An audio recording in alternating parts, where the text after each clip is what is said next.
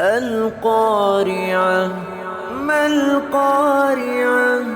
وما أدراك ما القارعة يوم يكون الناس كالفراش المبثوث وتكون الجبال كالعهن المنفوش